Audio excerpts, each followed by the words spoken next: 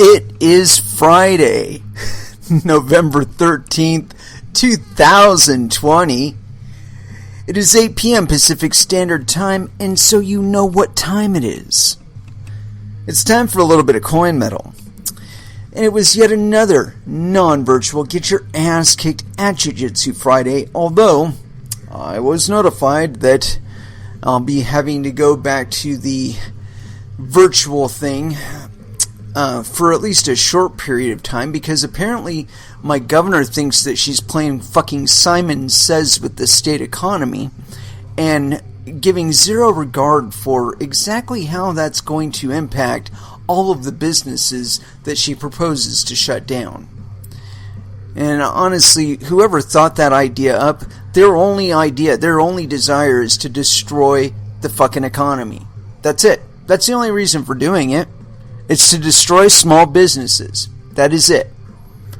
You know, people complain about just the concerts being down, but you don't give any regard to things like the small businesses that surround those events. You know, not just concerts, but, you know, football events, baseball events, basketball events, all that other stuff. And they're there with memorabilia for you. They're there with t-shirts that they made. And those were all capital investments that they make every year to keep themselves going. But all that goes away with the events.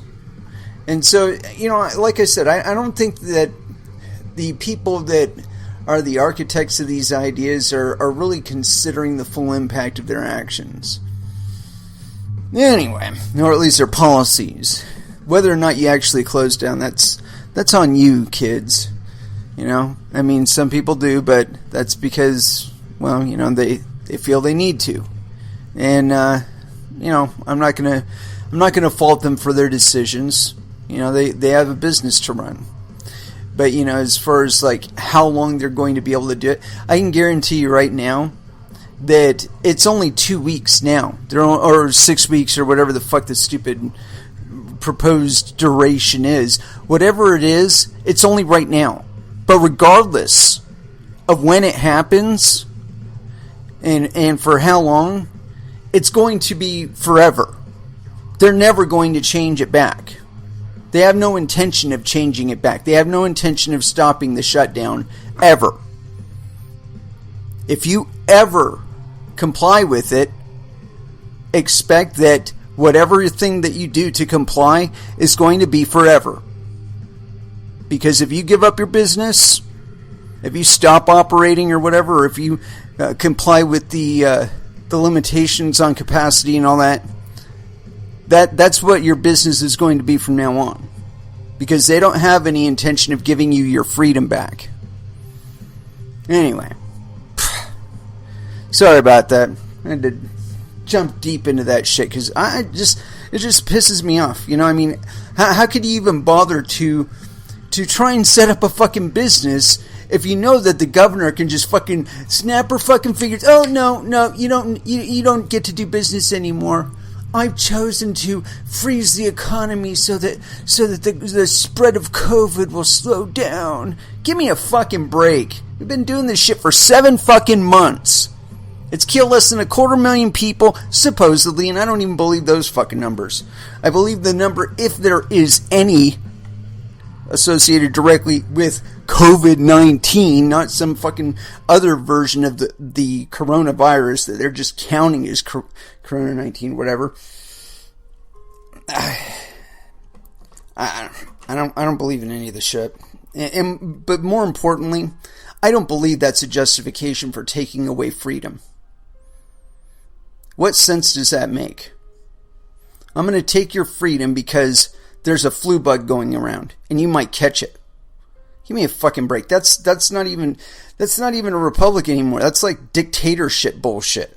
And you'll get to reopen your business when I say you can. Fuck you. Go suck a dick. Okay? Just suck a dick. Anyway, back to what I wanted to talk about other than this fucking rant. As far as what we covered today in class, I don't know, I got so wound up from that shit I kind of forgot for a moment. But it was a transition from the from was it not guard? It was mission control. So you got one leg up behind your opponent's say left leg, and you've got your left leg over their right leg. So you got their leg in between your legs. Anyway, it's going from that to a knee slice, and to a semi-mount position, and then a truck. And I thought that was a really neat transition, but I had the hardest time with the coordination on it. I mean, I've done similar positions before, and it's kind of sneaky. It'll catch you if you're not paying attention. But I had a little bit of trouble with the coordination. There's this section where you walk your head back towards your feet and then roll forward, and I kept fucking that up. It's one of those things where this is one of the things that I wanted to, or I was getting or paying attention to and resolving at my last dojo by going there at 6 a.m. because the guy that I was training with, and if you guys go back to pre-COVID days on my shows, I talk all about it, how I would go there at 6 o'clock in the morning, or 6:30? No, it was 6 o'clock in the morning, and I would be there until 7:30, and we would just do reps. That's it. He'd have like maybe 3 things that he wanted to work, and I pretty much left it up to him, because, he was higher rank for one thing, but, there wasn't anything really specific that I wanted to work, and so I felt like I was just getting experience, because, every once in a while everything would break out into a little roll, and, I get tested and whatnot. But, like I said, it was just repetitions for an hour and a half, and really that is the kind of training that I prefer. Like when we're doing drilling in class, we're always active. It's like if I'm not defending, then I'm not doing the move. I'm not fucking around. I'm not talking to my partner and whatnot about politics or anything like that. I'm just there to roll. I'm there to learn. And so I don't know. I really like that kind of training, and I think the only problem here is that I haven't carved out another segment of my week that I can dedicate to going down there. But for the moment, I'm not going to be able to go there at all for a little bit, But oh well, I'm sure that regardless of what the governor says, I'll be going back to training at some point or another. I'm not going to stop training, but it'll be a different kind of training. Anyway, so let's go ahead and throw down with some music. We're going to go with some body count to begin with. And, but, it's always a challenge discerning exactly which song I want to play. And, I don't know, we did that one last time. Fuck it. We're going with Carnivore. First Dance, here on Coin Metal.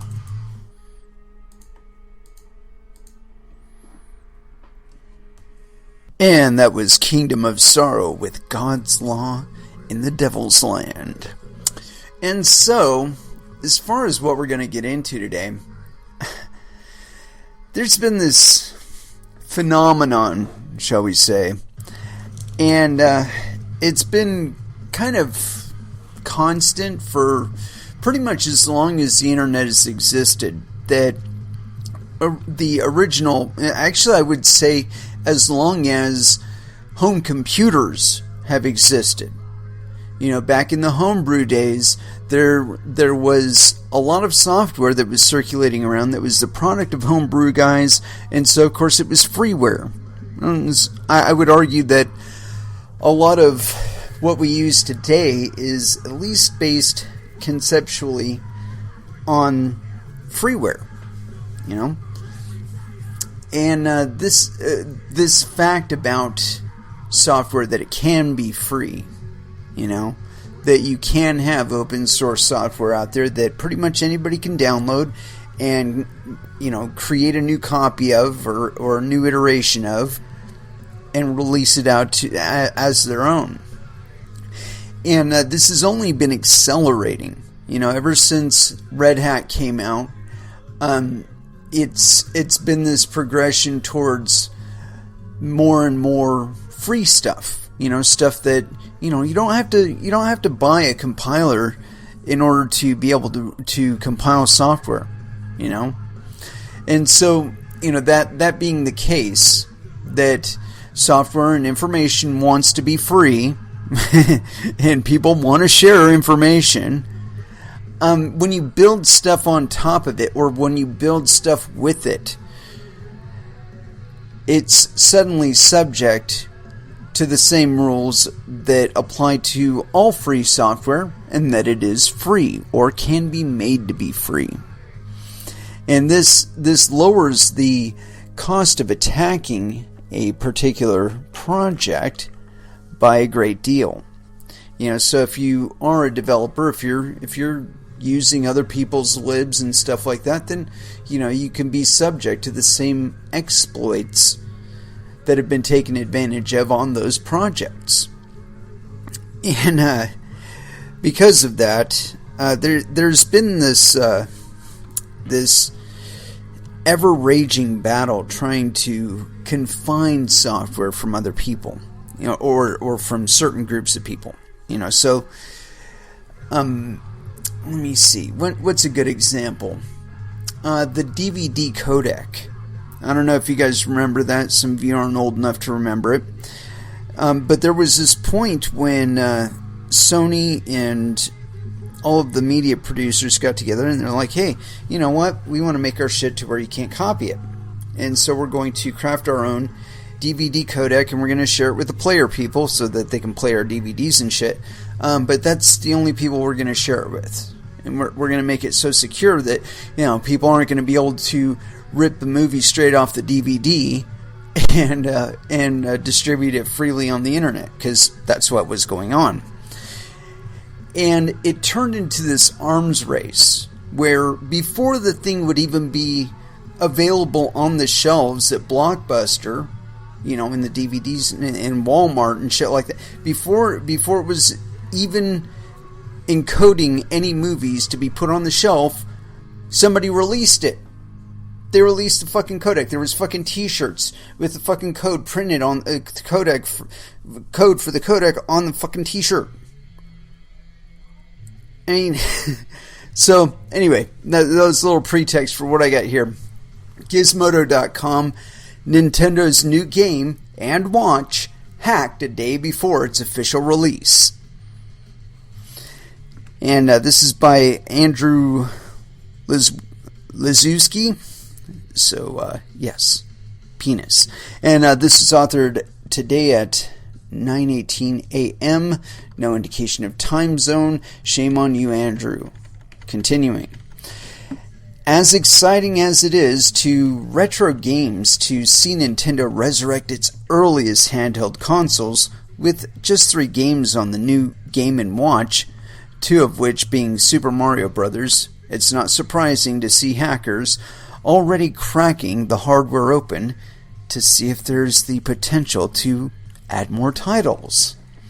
Twitter user Stack Smashing is one of the lucky few who to have their Game & Watch consoles delivered yesterday, and after a brief outing into the Mushroom Kingdom, they immediately proceeded to tear down the handheld to see how it functioned and determine its potential for expendability.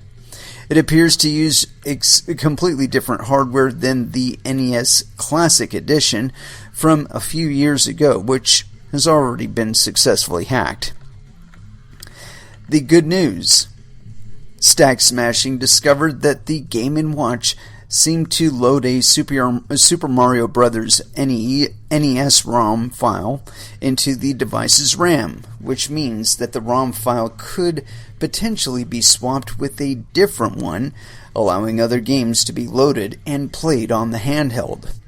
They also found that after slightly altering the software that powers the Game & Watch, it still booted, meaning alternate firmware could be created and used instead. More importantly, Stack Smashing was able to bypass the Game & Watch's ROM encryption after just a day of tinkering to make the console display a custom hacked message on the screen. There's still a lot of work to be done to determine if alternate game ROMs can be loaded and played, not just a simple ROM that displays text, but this is a lot of important progress in just one day. The bad news. Based on Stack Smashing's exploration, it doesn't appear as if the USB-C port on the new Game & Watch is connected to the CPU or anything other than power wires. It seems it's for charging the internal battery only, which means that anyone wanting to swap out the preloaded ROM files or completely replace the firmware is going to need to open up their device and use custom hardware to reflash it. This will make it challenging for anyone without a basic understanding of electronics to modify their own handheld, but this is also day one of tinkering with the device. As the new Game & Watch makes it into the hands of other hackers, more of its secrets will be revealed. But from the get-go, it doesn't look like Nintendo has gone to the same lengths as it has with consoles like Switch and 3DS to lock this one down. Ooh, very fun. Yeah, let's see here. It looks here. The Noble Robot said, let's see, from the get-go, it doesn't look like Nintendo has gone to the same lengths as it has, blah, blah, blah. They completely removed the data port. I'd call that pretty locked down. Sure, dedicated modders will be able to monkey with it, and maybe they'll even resell modded versions, like some hardware mods that were available for consoles in the in the 2000s. But unlike the NES, SNES, Mini, or even the Wii and Switch, pretty much no one is going to be modding theirs themselves. Let me see if there's any other replies to this. Yeah, here we go. Craig says, that's nice. It would also be nice if I could actually have found a place to order one too. Yeah. Blue Mix says, apparently it's been extremely easy to find in store. Seen multiple pictures of shelves with over a dozen of the things. I don't know. I have no real interest in them. But my point being with this is that before the thing is really released to the general public, somebody's already gone in and started hacking with it. You know, and that just goes to show that, you know, there really is no such thing as security. This is just somebody fucking around. What if there was somebody who decided that they wanted to try and hack into the Nintendo system because Nintendo started handling some money on their network? You know, it's one good use of a dedicated network like theirs, right? So, what if the incentive goes up? Now all of a sudden, all of these rudimentary hacks and people fucking with stuff, you know, all of these are suddenly actionable. They're things that, if one has enough incentive, one could utilize for malicious purposes. You know, and this is the point I keep trying to get at with all this layer 2 mumbo jumbo on cryptocurrencies, is that if you increase the incentive threshold high enough, people will dedicate enough fucking hashing power to try and brute force the fucking private key or the keys for the transaction and either reverse it or send the fucking money to themselves. If there is enough incentive, they'll search through the code of the smart contract looking for a way to exploit it. And they'll find it if they have enough people, if they have enough hashing power, if they have enough, you know, if they're dedicating some hashing power to like a test net where they work out a potential means of attack. You know, that does take money, but you know, you got $2 or $3 billion tied up in a contract. Suddenly it's worth it to try and hack the fucking thing. you know? And speaking of incentives, and this one's slightly off of our range, but it's within the realm of the stuff that we talk about on this show. And this has been my only complaint with electric cars. I have absolutely no complaint with an electric car. You know, meaning that instead of have a gas-powered motor, it's got an electric motor in there, right? If that were the extent of a quote-unquote electric car, or what made the car electric, quote-unquote electric, right? If that were the extent of it, I would have absolutely zero reservations about them. However, what we are calling electric cars these days are not really wireless cars. I mean, are not really, they're not really electric cars. They're just electric cars. They're basically a PC, a network-capable PC, running around waiting for somebody to hack it. And, you know, I've said this a few times on the show, but self-driving cars are self-crashing cars. And, you know, I'm not an alarmist. I'm not an anti-technology or anti-progress person.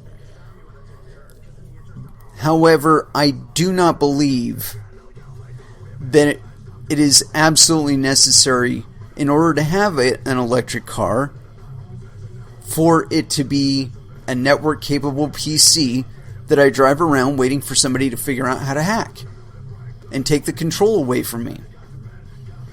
And so I got this thing, and I don't know how serious to take this source. You rate it for yourself. It's consumerwatchdog.org.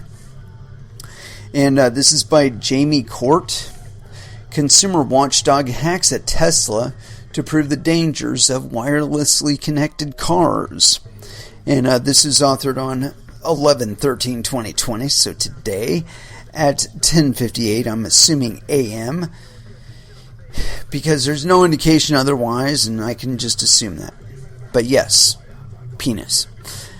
Los Angeles, California, the non-profit, non-partisan consumer watchdog today released a video showing how a box built with the help of technologists could hack into the wireless connection of a Tesla and take over the screen with a "This Tesla's been hacked" message. The video can be viewed here, and it gives us a nice little YouTube link. The group said the demonstration showed how vulnerable the wireless connection in the car is. By amplifying this signal, it could work on many vehicles simultaneously, a large-scale hack. Yeah, okay. Once in control of the screen, a hacker could suggest malware be downloaded, potentially giving them access to the car's operation and control over the vehicle, or otherwise sabotage the car. Consumer Watchdog released the video in conjunction with its new report, quote, Connected Car Report 2020, the model's most open to hacks, in which it reviews the Hack 10 of top 10 selling cars. It gives us a link for that. Read the report here. The report finds all of Car and Driver's top 10 best-selling cars for 2020 clearly have features that allow wireless connectivity with safety-critical systems and no known way to disconnect those systems. This leaves the vehicles vulnerable to an unprecedented large-scale hack.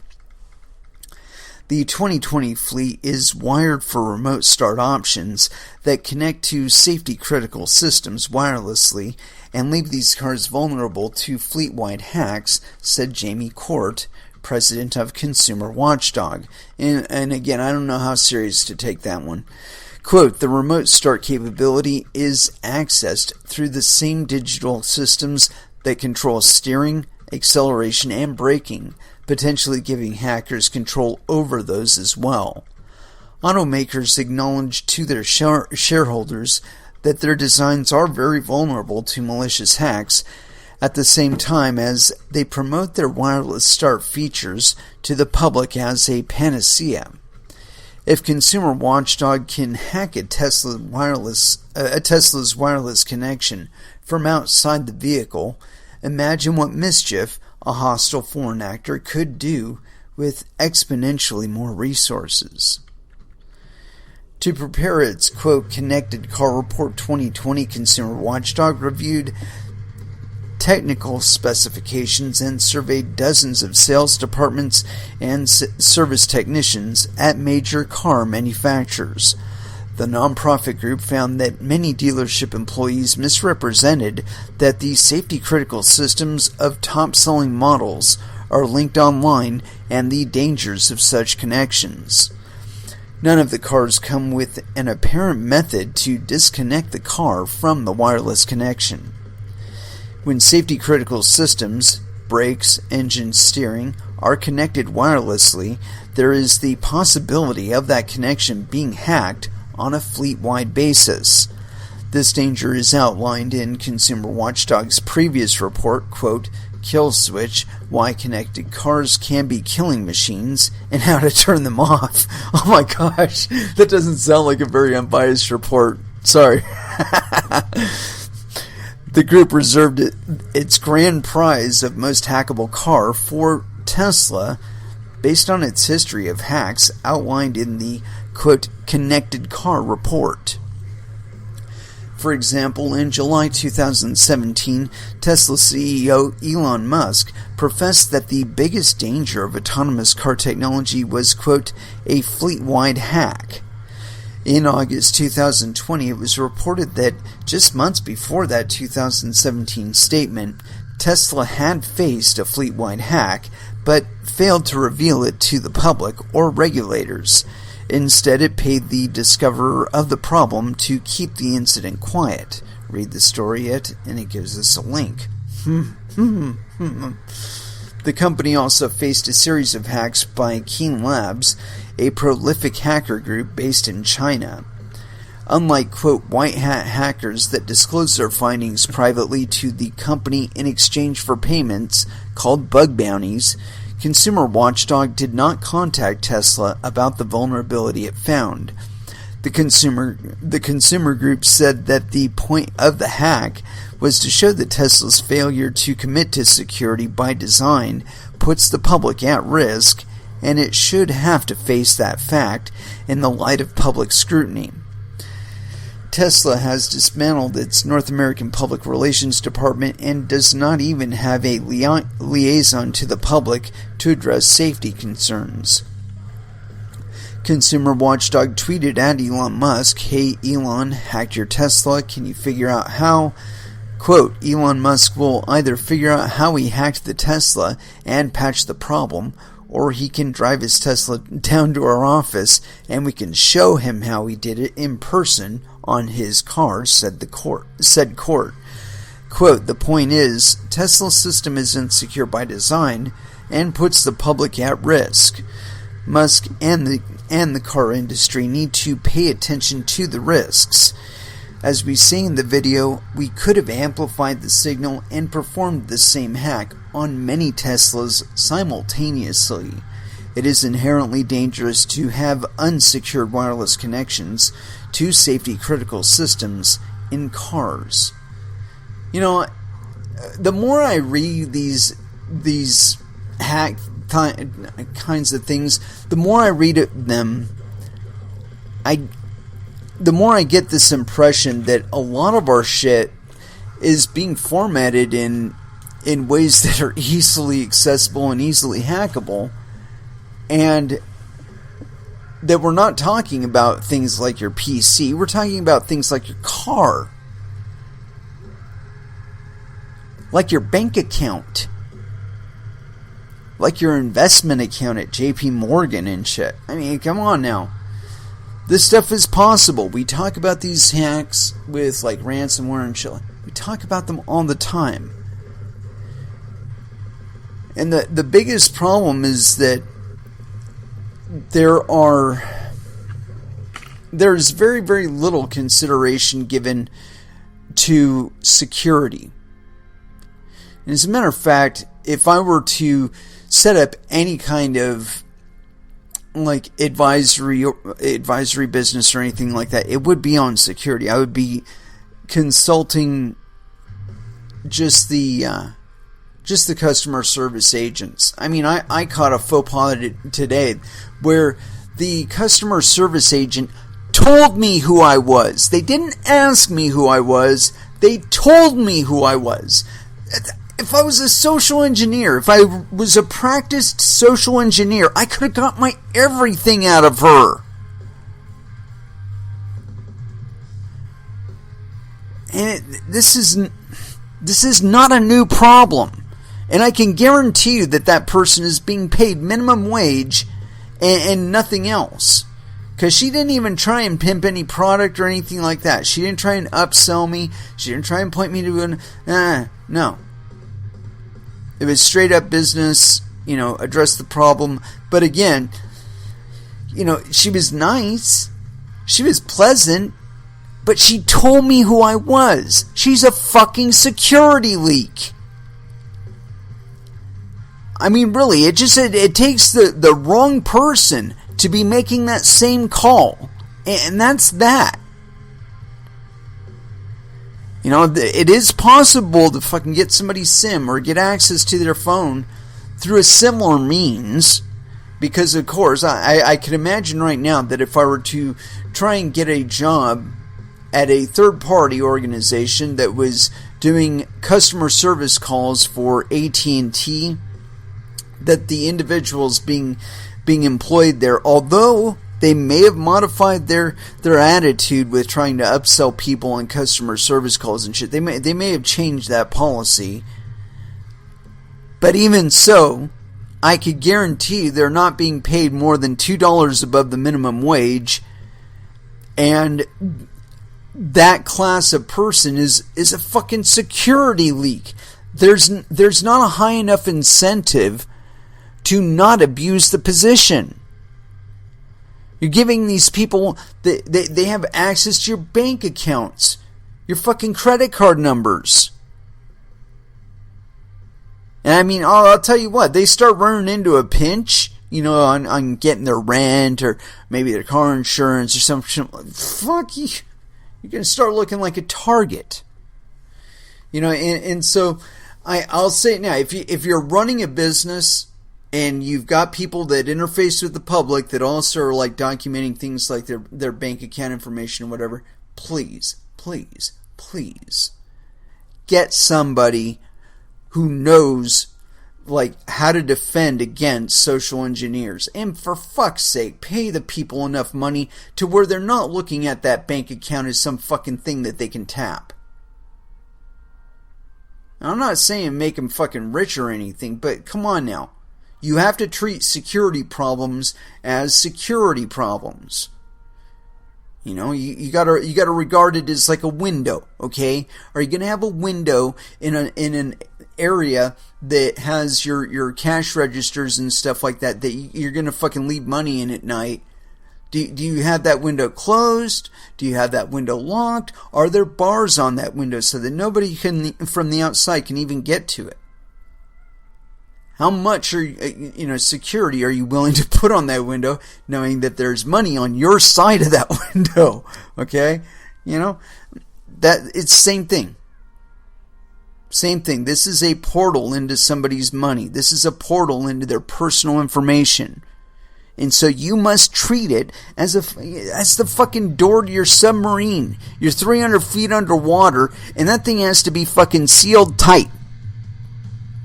Because if it's breached, everybody inside the sub is fucked. Or at least the one person whose shit gets compromised. Anyway, migrating on. But I don't know. I think that, again, we're talking about incentives. If there's a big enough incentive to do away with you and you got that fucking big old security hole in you, if somebody has enough incentive, they'll exploit it. But as far as attacks go, there's a multitude of different attacks out there. And one of them, in my eyes anyway, happens to be content concerning cryptocurrencies. And there's this continuous pressure on the idea of proof of work. You know, I've got developers out there that will say to me that proof of work is inefficient. Well, let me tell you something. It's intentionally inefficient. It is supposed to be fucking expensive to try and hack it.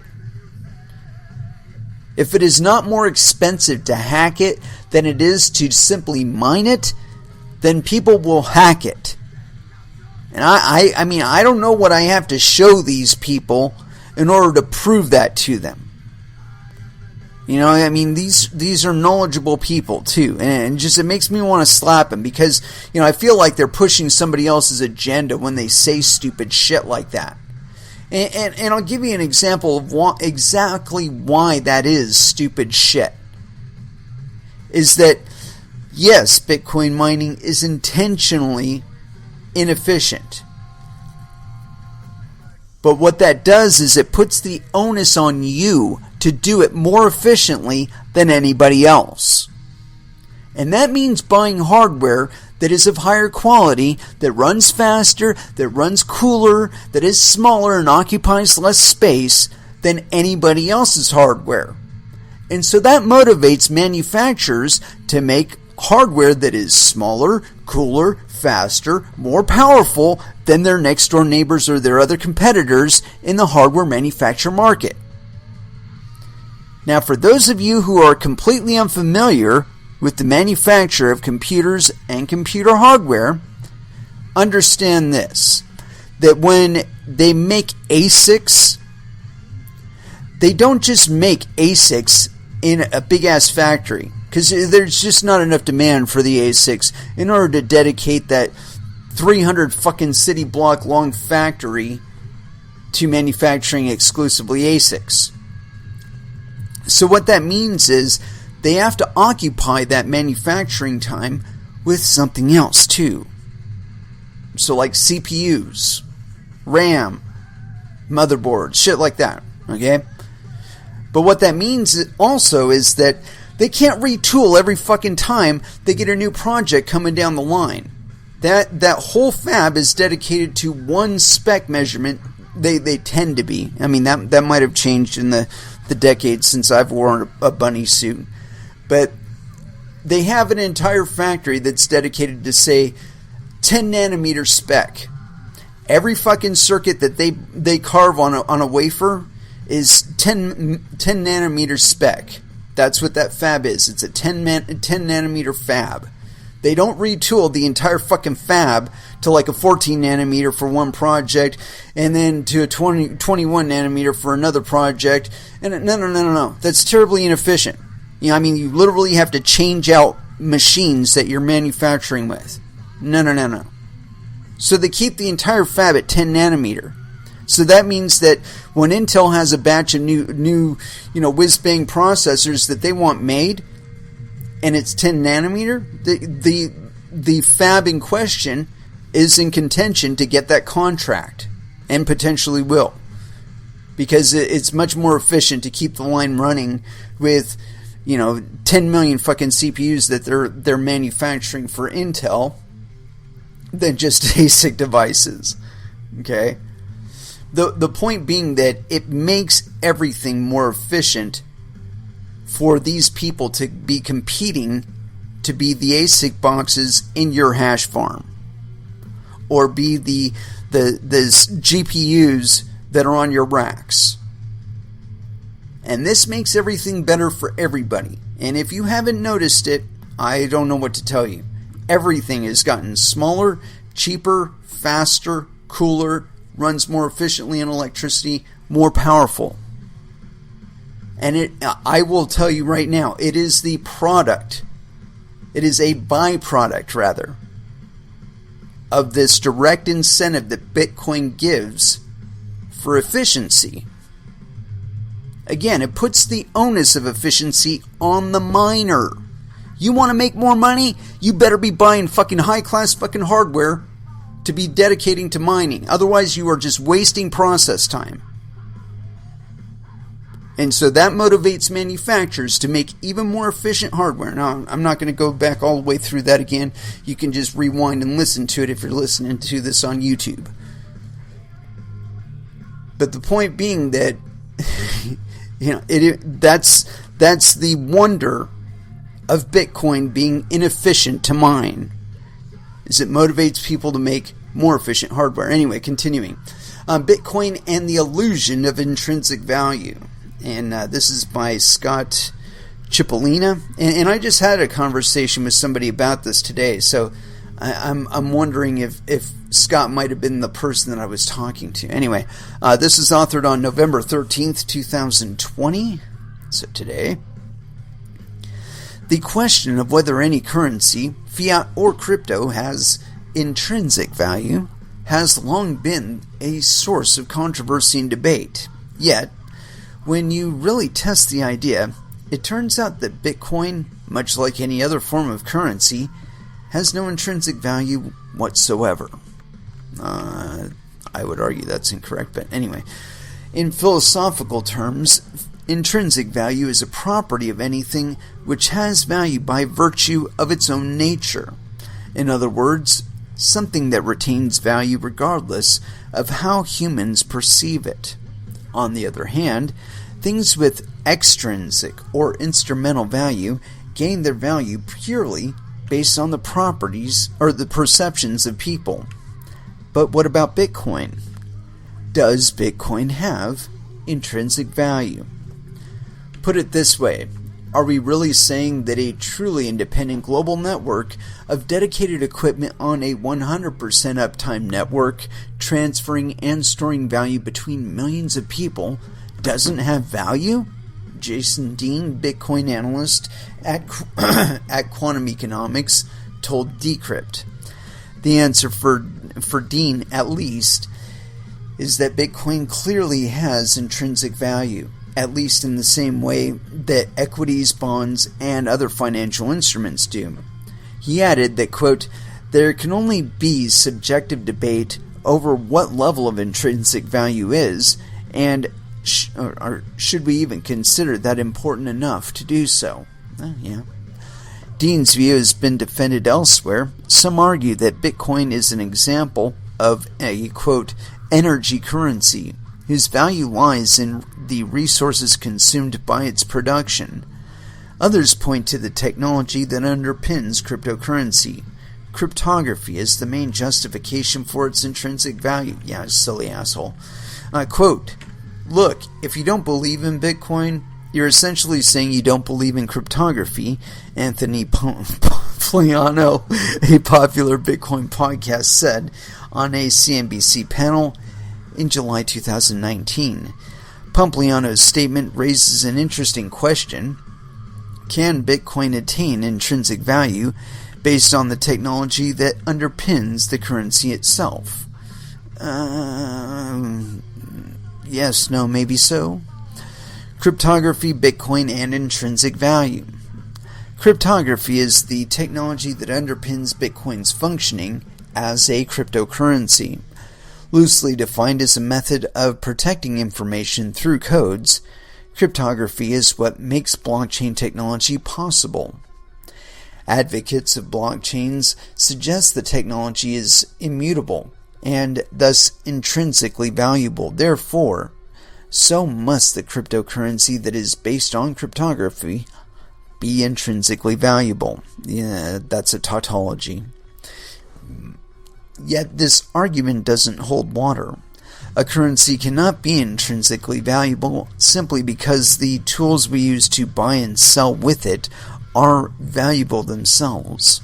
In the fiat world, that would be like saying the dollar is valuable because paper is valuable, which clearly does not prove intrinsic value for the dollar. No. One thing. The intrinsic value association with the quote-unquote dollar is because the word dollar is a measurement of weight of gold specifically, as noted in the Constitution. But the dollar has a legal definition. What you circulate in the stead of dollars is not dollars. They are IOUs issued by the Federal Reserve Bank. And if you doubt it, look at the notes themselves. At the very top, they say Federal Reserve Note. Continuing on. Another argument is that Bitcoin is scarce. Ultimately, we know that there will never be more than 21 million Bitcoin. Scarcity is a key and often cited predicate of things with intrinsic value, like gold, but scarcity alone is simply not enough to prove intrinsic value. There are many things that are scarce, like quality superhero movies, that aren't intrinsically valuable. Just because Bitcoin is rare doesn't necessarily make it intrinsically valuable either. So, if Bitcoin isn't intrinsically valuable, does that make it worthless? And where does that leave the world's most famous cryptocurrency in relation to traditional money? The good news is that fiat currencies also struggle with intrinsic value. Fiat currency is no different.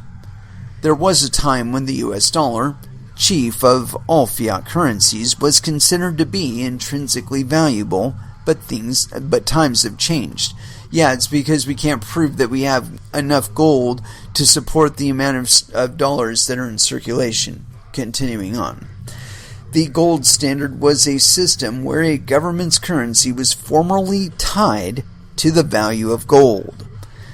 And as I said, I don't know the exact measurement on that. I know it's like a percentage of a gram of gold or some shit like that is $1, or it's an amount in grams of gold is $1. I don't know it explicitly at the moment. I'm sure if I looked for it, I could find it. Continuing on, we're not going to do that right now. Several countries have made use of the gold standard in the past, with the UK putting an end to its use of the gold standard in 1931, and the US severing all ties with this policy in 1973. As gold is considered intrinsically valuable, a debate for another time, fiat currencies that were tied to its value were considered in the same light. Yet, without an intrinsic value sitting behind these currencies, the only real source of value they derive comes from consumer confidence. The US dollar, the pound sterling, or the euro are all as valuable as our confidence in them. The Economist pointed out recently, Nobel Prize-winning economist Thomas Schelling argued that, quote, people gravitate towards focal points without formally agreeing to do so. Gold bars or Bitcoin have value if enough people tacitly agree that they do. Quote, it is the value that a social consensus ascribes to a currency which makes it useful. Ingo Fiedler, co-founder of the Blockchain Research Lab, told Decrypt, quote, Bitcoin's value comes from such ascribed social consensus and not from any intrinsic source. This guy's full of shit. So, if Bitcoin doesn't have any source of intrinsic value, it's important to remember that it isn't necessarily that consequential. Intrinsic value is hardly a luxury of fiat currencies either. No, this person doesn't understand Bitcoin. If you have ever done any mining, if you have ever mined any cryptocurrency, at least a proof-of-work cryptocurrency, you learn really quick that there are actual sacrifices involved in doing so. It's not just, you run some fucking application like it, Word or something like that on your computer. No. There is noise, there is fucking heat, because your fans on your CPU or your GPU or whatever you're using to mine are loud, because they're having to fucking work to keep that GPU or that CPU from going supernova in your fucking bedroom or in your garage or wherever you're doing your fucking mining. Okay? There are sacrifices involved. So this idea that it doesn't have any quote-unquote intrinsic value, this is a fucking bunch of bullshit. This person has never mined. They have never mined a single fucking hash. Ever. If they did, they didn't understand what was going on.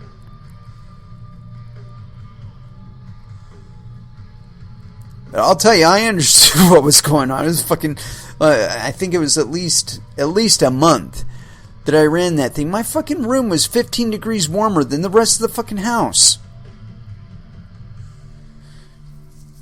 And it was loud. It was fucking noisy. Fan just... I mean, the white noise was really easy to fall asleep to, but... man. Anyway, so the point being that, no, this person does not understand Bitcoin. The sacrifice being made there is so that it is secure. And it's one of the ways that Bitcoin has been kind of fumbled, I think at least. But I believe it'll be rectified. And I outlined this to somebody today that I think what's going to happen, that we talked about it on Monday, or was it Monday or Wednesday? No, it was Wednesday, I'm sorry. That there was some pool out there that is going to be censoring transactions. That the blocks that they mine aren't going to include quote-unquote illicit transactions. Well, see, they have no real way of telling what is or is not such a transaction. All they can tell is that maybe there is certain metadata that is not associated with the transaction. It's not a wallet that's registered with a fully licensed and KYC'd company. But that threshold is going to include people that are doing Bitcoin transactions just to move money from America to fucking their parents or whoever else in El Salvador or Bolivia or Argentina or Greece or Paris. Give me a break, man. You're talking about censoring people's transactions. The only reason they use Bitcoin is because you fucking censor their transactions and you tax the fuck out of their transactions on the bank networks. And so now they're trying to impose the same kind of control in Bitcoin. And so anyway, I was looking at it in like a long-term perspective. And so like, assume Spagny's right and that for some reason the rest of the pools decide that they are going to comply. Whether it be some sort of coercion by their governments or, drone strikes or whatever, they decide that they're going to comply. That would change everybody who won't comply into a quote-unquote criminal. And anybody who is doing mining on a really large scale suddenly become a target as a quote-unquote criminal entity. Because now it's legal to go after them, right? This actually works out to be better for us. Because these huge fucking hash farms have created in themselves central points of failure. Where they're occupying like 20 to 50% of all the hash power available on the network is coming straight from them. And so, this is also why I discouraged people when they were talking about doing things like merge mining and doing atomic swaps and stuff like that. Okay, when you're doing that, you're putting the security of the transactions occurring on your network under the same exploits, the same vulnerabilities that are suffered by whatever you're pinning it to. So, like, wonderful, the miner gets more money because he's merge mining Bitcoin and he's merge mining, maybe 100 other cryptocurrencies at the same time. And he's doing that with like 30,000 ASICs. Well, if he ever gets struck with a fucking drone strike, all the transactions that he was processing and bundling into blocks and shit for everybody, including these other smaller coins that have grown very, very dependent on that hash power on their network, it just goes away. Pfft, deleted. Gone. And so all the security that was being provided by all that hash power being dedicated to backing up those transactions in the blocks, it goes away too. And so this was my feeling, you know, when they started moving away from mono mining, okay, and started depending more and more on merge mining, on pool mining, that I felt that the pool operators themselves would be a security point that would be soft and would be targetable, and also the hash farms. You know, when it started going from CPUs to GPUs, I didn't really care all that much. But when it went from GPUs to ASICs, okay, now we're talking about a more expensive piece of hardware, at least initially, to do the same thing that you were doing with your CPU and your GPU. But it's, you know, it's a more expensive piece of hardware, and it's useless for pretty much anything else other than mining. And so again, it could make this an illicit item for anybody who isn't licensed, regulated, KYC, fuck you. And what we're going to experience, if that were to be the case, is that the people that are involved in these cryptocurrencies, that got involved for the reasons that Bitcoin itself was created, will revert back to creating altcoins, or supporting existing altcoins that allow people to still trade and transact as they were able to initially with Bitcoin. But I believe that mining is going to become far more dispersed because of that. You know, that governments will get hardcore on it. That they will be targeting very large hash farms because they're easy to hit. Just big old fucking supernova worth of heat.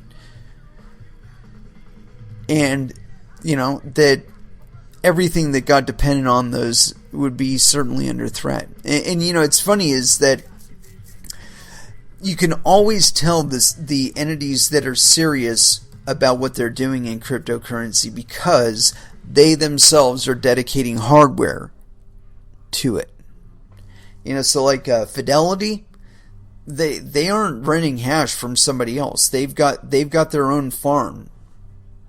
They've been invested in mining since, I want to say, like 2016, 2017. They've had their own mining facilities. So, you know, that tells you how serious people are, you know.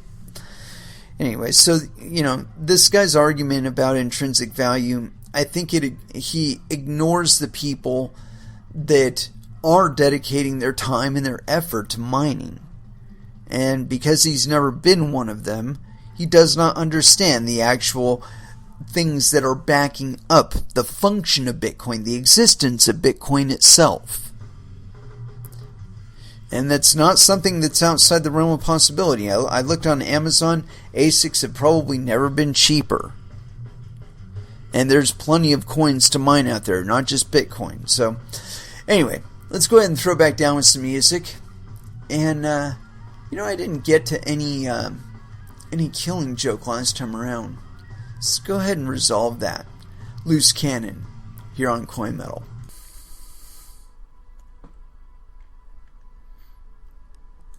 And that was Vola with The Same War. And so, as far as what we're going to get into next, let's see here. Dig through, and I got a few additional tabs to go through. And let me see where it was here. I thought this was kind of interesting. Binance launches Ethereum mining pool with 0.5% fees. And this is on Cointelegraph.com by Mary Hewlett. So no penis. After its Bitcoin mining pool in April, crypto exchange Binance has now launched an in-house mining pool for the market's largest altcoin by market cap, Ethereum rather. For the first month between November 12th and December 12th, Binance is trying to miners by offering a zero-fee regime. After that, those contributing their hashing power to the pool will be charged a competitive 0.5% commission on their earnings. Binance's instructions for setting up a mining pool account that participants will need to use a Windows or Linux operating system, GPU, NVIDIA or AMD graphics card memory of 4 GB minimum, 5 GB virtual memory for each GPU, and mining software such as HiveOS or EasyMiner. The Ethereum mining pool will use a similar system to the existing Bitcoin pool called FPPS, or full pay per share. Binance's Bitcoin pool notably also offers a feature called Smart Pool, which enables participants to automatically switch hash rates in order to mine the most profitable of 3 supported coins on the SHA-256 algorithm: Bitcoin, Bitcoin Cash, or Bitcoin SV. The settlement is still paid out in BTC. An online pool distribution tracker for Bitcoin mining pools, BTC.com, indicates that Binance pooled 9.4% of Bitcoin's total hash rate over the past week. For those committed to the founding decentralized ethos of cryptocurrency, BTC.com's data shows that over 50% of Bitcoin's current hash rate is accounted for by 4 mining pools: F2 Pool 18.5%, Pool-In 12.2%, BTC.com 11.6%, and Ant Pool at 11.5%. So yeah, we didn't see that Wonderbutt, censoring Bitcoin pool that was supposedly starting up among the top pools, and we probably never will.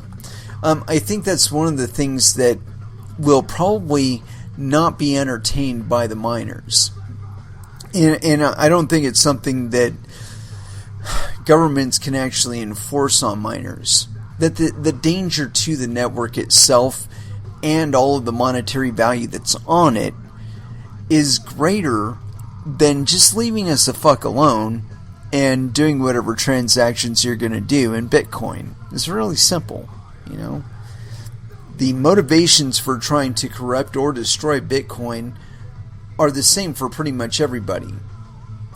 But also the counter incentives are the same too. And this is a reality you simply cannot get around with regard to cryptocurrency. And it's one of the reasons why I've always viewed this perspective of, you're going to force most of the transactions off chain and winnow the mining pools down to just a few really big pools that are owned by like MasterCard and Visa and other payment service providers and banks and shit like that. I've always found this idea to be really silly, because when you narrow the number of people that can mine it, you also eliminate their interest in it. Or that much of their interest in it. They don't care as much about it. And it's like what we were talking about with that article about Bitcoin's quote-unquote intrinsic value and what that really means with regard to Bitcoin. That the person who wrote that article simply has no idea what it means for Bitcoin to have intrinsic value. That there are pools all over the planet that are dedicating a shit ton of electricity and a shit ton of bandwidth to mining Bitcoin and keeping the network secure, providing the network and keeping it secure. That the intrinsic value there being that it takes at least as much electricity and hardware and bandwidth to try and hack or break Bitcoin as it does to simply mine it. Actually, a little bit more, because you got to get ahead of the network. Anyway, it's all part of the big game. All part of the big game. Let me see. I got one more here, and this is kind of what I'm talking about, where you've got these these developers for like Ethereum and Bitcoin, and they've got their own little, how should I say it, their own little incentives, you know, that they want these cryptocurrency projects to do certain things, and so they write in code to make it do those certain things. And if people aren't properly evaluating the code, they have no idea it's in there. And so there's this thing, it's on Coindesk.com. Developers debate disclosure protocols after, quote, accidental Ethereum hard fork. And this is authored on November 13th, 2020 at 9:52 a.m. PST. Thank you very much, whoever wrote this. And this is by William Foxley. Thank you, William, for indicating your time zone. Ethereum developers are weighing the changes to publicly disclosing critical bugs following the November 11th, quote, accidental hard fork. We're going to have to open that one too. According to a technical write-up published by Geth, the largest Ethereum client written in the Go language, a denial-of-service attack vector was intentionally triggered by a downstream user as a test, resulting in a 30-block sidechain. Geth had fixed the bug in early October following a disclosure, but it still existed in prior versions of Geth. The bug temporarily caused nodes that had not updated to the correct version of Geth to go down a different path than other clients. And that's the extent of this article? What the fuck? Oh no, never mind. Now developers are reordering the disclosure process for security vulnerabilities in the aftermath of what some developers have called the biggest threat against Ethereum since 2016's attack on the DAO. The question comes with baggage. A common ethos in open source software, OSS, such as Ethereum, is that vendors are tasked to, quote, notify those affected by vulnerabilities in a timely manner. Summa founder James Prestwich told Coindesk in a message, quote, in other words, Geth has the responsibility to give dependent users a heads up on possible complications, he said. Disclosure is a complex topic. Yet, blockchains at their very core are financial settlement mechanisms. The traditional methods of disclosing bugs in OSS can lead to undesirable outcomes for other players with the money on the line. In Friday's all-core developers call, Ethereum developer Micah Zoltu and Geth team leader Peter Zilagi both disagreed with the issuance of a notification list for critical vulnerabilities.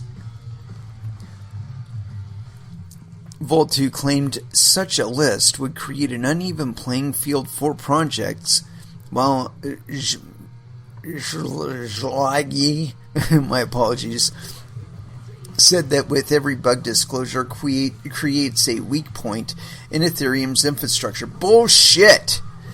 Open transparency. That's how these projects survive. You eat shit, you gotta publicly disclose it. If you don't, somebody will fucking take it seriously and might actually take you to court.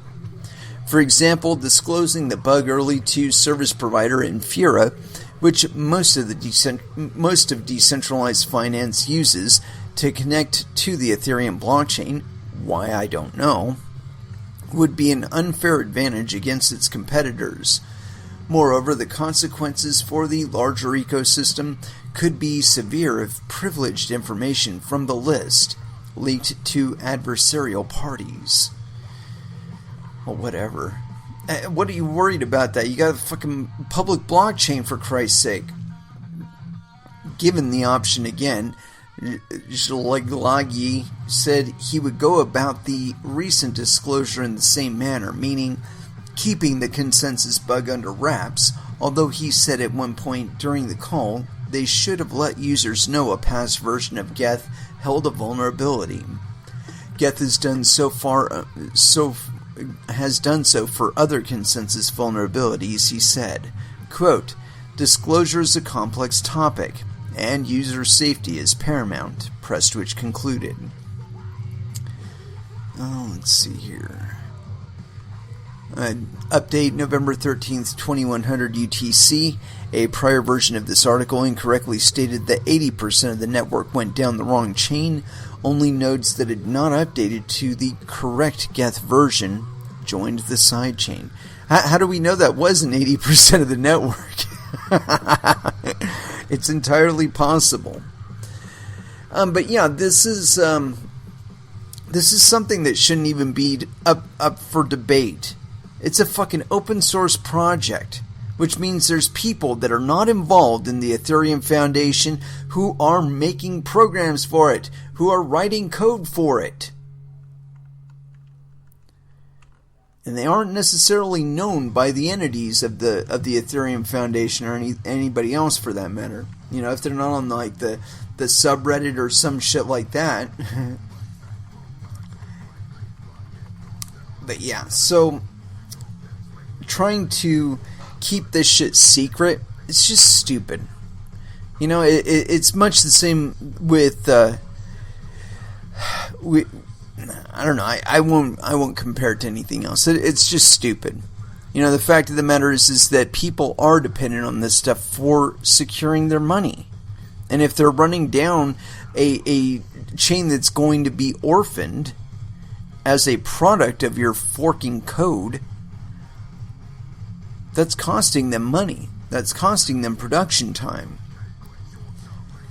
Yeah, it's not a good policy. Anyway, got this next one here. It is on CoinDesk again. And this one was from November 11th, 2020 at 2:21 a.m. PST. Ethereum service providers scrambled to update software after, quote, unannounced hard fork. This is by Daniel Palmer.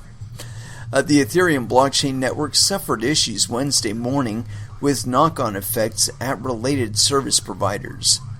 In a service announcement soon after 8 UTC, Ethereum infrastructure provider Infura said it is experiencing a service outage for its Ethereum mainnet API, and it was investigating the issue. Infura provides API access to the Ethereum network for other applications and services. The outage has prompted some Infura users to halt Ethereum-based services over the issue, including MetaMask and Binance.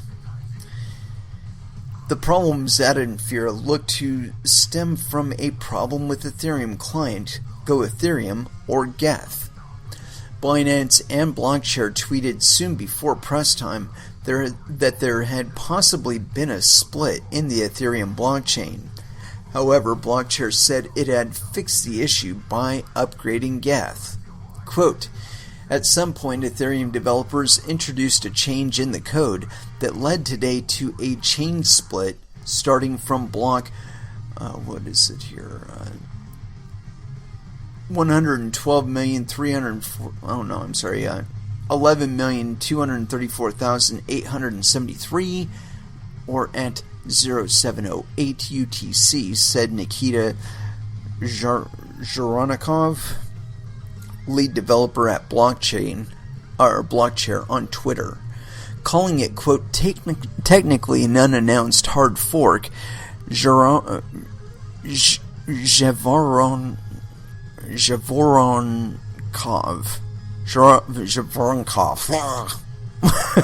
added that third-party services need to upgrade to fix the issue. Talking to CoinDesk, he said that the changes may have been made some time ago, but caused the split today. Quote, those who haven't been upgrading their Geth nodes for a while, I presume several months at least, got split with those with new Geth versions. Z-Man said, adding Infura's outage likely arose from the same issue. The price of Ethereum's Ether cryptocurrency is unaffected at press time, according to CoinDesk data. Let's see, and apparently everybody got their shit together by, let's see here, 121 UTC, or 1321 UTC rather. So yeah, that's the problem with relying on a third-party entity in your processes. Why the fuck are you fucking using Infura? Just host your own fucking node. I mean, really, is it really that expensive to do? You know, why are you having to connect through Infura to an open source fucking public network? I don't get it. But, you know, those are the issues that you're going to run into if you're depending on a service provider. And it's not just, you know, with regard to these Oracle services or something like that. I mean, any service provider, whether that is for your banking or for your investments or anything like that, you know, retail purchases, they're all going to be subject to these fucking exploits and fuck-ups in these networks. And it's because they're not contributing any hardware to the networks.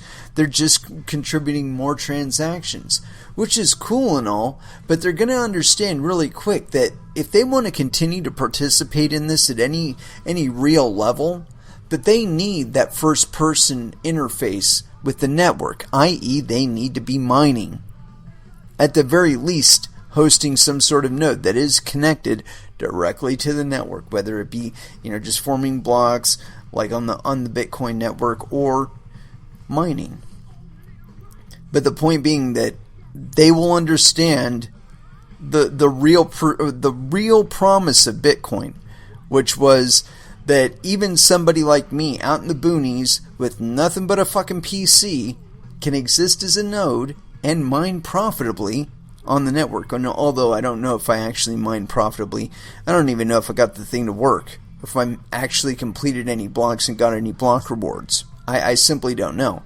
I do know that there were so few nodes at the time. When I turned off my machine, they sent me an email notification going, "Dude, are you okay?" It's like, I just turned it off. It was too noisy. It was too hot. And, of course, it was 2 years before it actually had a value in US dollars from there. So, you know, there wasn't as much incentive. You know, now if I'd have kept at it, you know, by the pizza event, I probably would have finally figured it out and at least made sure I was getting block rewards. Fuck. But anyway, that's the original promise of Bitcoin, that, you know, anybody who is using Ethereum or Bitcoin or any other proof of work coin, that if you're supplying resources to the network, you get rewarded for that. You know, and that's why I get all pissed off when people talk about Bitcoin being inefficient or whatever. Yeah, it is a little inefficient. But that's so that the average person can participate in it. And I mean, I already went through the hardware benefit that everybody else receives from that. But I think that ultimately that model for Bitcoin is the best. And that in the long run, what's going to end up happening is that the competition will get fierce for those block rewards, whether it's this happening or the next one. The competition is going to get fierce for those fucking block rewards.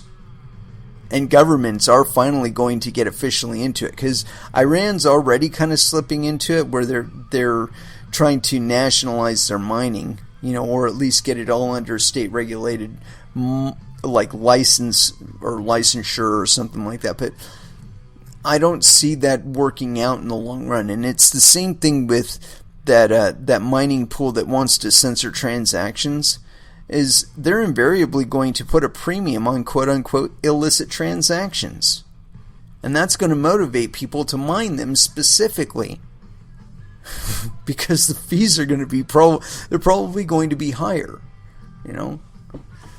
To get, you know, the people that are wanting those transactions to go through will be willing to pay more in mining fees than the people that are all KYC compliant and shit. They're going to end up either getting outbid or they're going to get into some serious competition bidding for the block space. And again, I think that's going to drive up the profitability of Bitcoin, and that in turn is also going to cause more people to want to get into mining. Again, these are just my opinions. This is just my perspective, but keep in mind, I've been involved since you could actually mine Bitcoin with the CPU, so I would think anybody that has that kind of perspective on Bitcoin would probably be a little might want to listen to me on that. But hey, again, I am just one person, but I don't think that Bitcoin is like politics or religions or anything like that, where if you just change the nomenclature, if you just change the semantics, the memetics surrounding it, that you can cause people to believe something that isn't true about it. I believe that invariably you will be proven wrong. Again, if they were to disincentivize enough people from mining, at least Bitcoin, if they were to get enough people away from mining, it would reduce the incentive to try to be true. And Bitcoin would potentially lose its immutability just because the service providers don't want to support your transactions. And so your interest is gone. So why would you continue to use Bitcoin if you knew that was true about it? That like Twitter, they could just delete your transactions whenever they want to. It's just lost one of the traits that brought you to Bitcoin to begin with. You can't transact it peer-to-peer anymore. You need a third-party service provider. You can't transact anonymously because your service provider requires you to give up all your KYC information. And so they got your physical address, your banking information, so on and so forth. So again, what then is the value in Bitcoin for you? And value is subjective, and the more harsh they get on this shit, and the more successful they are with actually applying censorship and whatnot to Bitcoin, the less incentive there will be to use it. The less incentive there will be to store value in it. Because again, and that is something that would cause a loss of confidence in it. And that regardless of how much it takes to mine it, people simply wouldn't be willing to use it as money. So yeah, I think that it's a really complex game. It is a game of incentives. There are incentives for users, there are incentives for miners, there are incentives for anybody who wants to involve themselves in it. However, if you try to disenfranchise any group, whether we're talking about miners or anybody else, you're going to invariably cost yourself on all other fronts. And so that's why I say, it's better to just leave these things alone. Don't even bother trying to regulate them. If people use them as money, great. If they don't, your only job is to be better than them. If you're running a fiat currency or something like that, your only job is to be better than Bitcoin. You got to rat us out less. Don't rat us out to the government. Any government. Don't give up our financial activity. Go out of your way to make it private. Visa? Yeah, this is you. MasterCard? Yeah, this is you. Your job is going to be better than Bitcoin. It's not going to be, we're going to be able to do our transactions on the Bitcoin blockchain, and we're going to get all that security, and nobody's going to try and hack our transactions, except that maybe 5 years from now, when our transactions are in billions of fucking dollars, somebody will be willing to dedicate the time and the effort to hacking those fucking transactions. And because it is going to be still a public network, they will have access to it. Yeah. Anyway, let's go ahead and throw back down with some music. And as far as where to go next, that's a tough one. Got some Fear Factory here. Let's go with it. Shock. Here on Coin Metal.